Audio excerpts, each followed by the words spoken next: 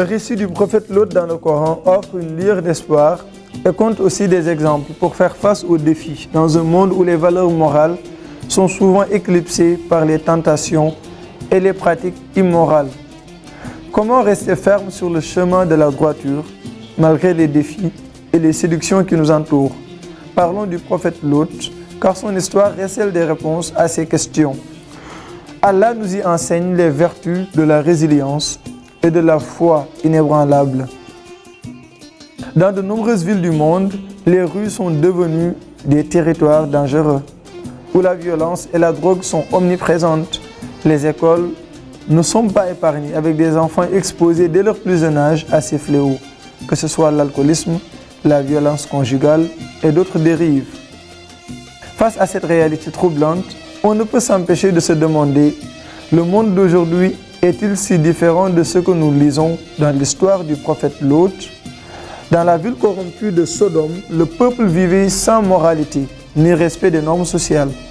Les rues étaient le théâtre de vols et d'attaques, et l'homosexualité était ouvertement pratiquée à cette époque. Elle faisait partie intégrante d'un mode de vie dépravé.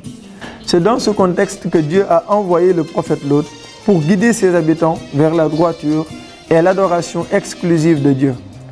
Lot, animé par sa foi inébranlable, entreprit de confronter les habitants de Sodome à leurs péchés.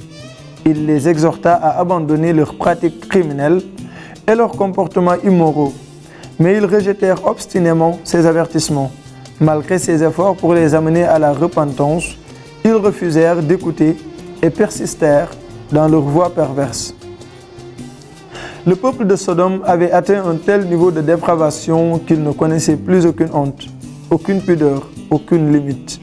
Les gens commettaient leurs actes dégoûtants tant en public que dans leur intimité. Le diable, évidemment, leur avait fait paraître belles leurs mauvaises actions. Quand Lot insistait pour qu'ils se repentent et se réforment, ils tentèrent de le chasser de la ville et ont prétendu qu'il commettait un péché en les empêchant d'assouvir leurs bas désirs. Le prophète Lot a exprimé ouvertement son dégoût et sa colère et a invoqué Dieu afin qu'il les protège, lui et sa famille, du peuple de Sodome. Cette histoire entre en collision avec celle d'Ibrahim puisqu'ils ont vécu la même période. Dans une autre ville, le prophète Ibrahim, l'oncle du prophète Lot, reçut chez lui 3 anges qu'il ne connaissait pas. Comme il était de nature généreuse, il fit rôtir un vœu pour ses invités. Mais à sa grande surprise, ceux-ci ne toucheront pas au repas.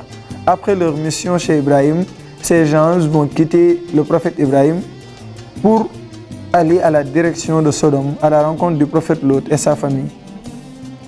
Quand Lot fut mis au courant de la présence de ces étrangers, il fut pris d'inquiétude et se demanda comment il arriverait à les convaincre de contourner la ville de Sodome pour poursuivre leur périple.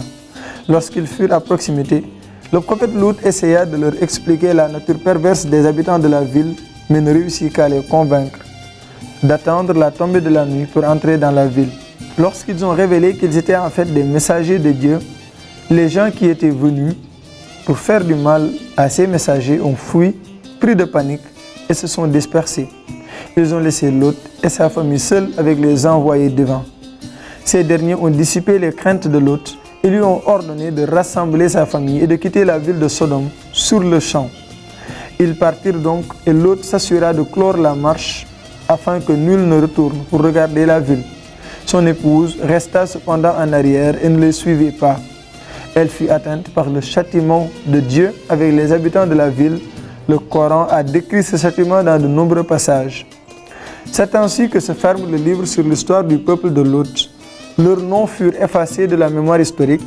Le châtiment dont Dieu les menaçait et au sujet duquel Lot les avait mis en garde se réalise pleinement.